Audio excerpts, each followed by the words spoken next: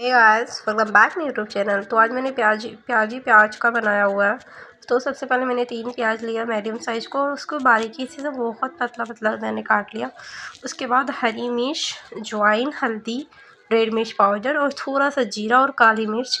आपको काली मिर्च पाउडर डालना है और नमक अपने हिसाब से जितना अनुसार आपको नमक लगे उतना आप टेस्ट करके नमक डाल लीजिएगा। और बेसन आप इसको मिक्स करके और एक बहुत फटाफट 10 मिनट के अंदर अंदर आप प्याजी बन के रेडी हो जाएगा।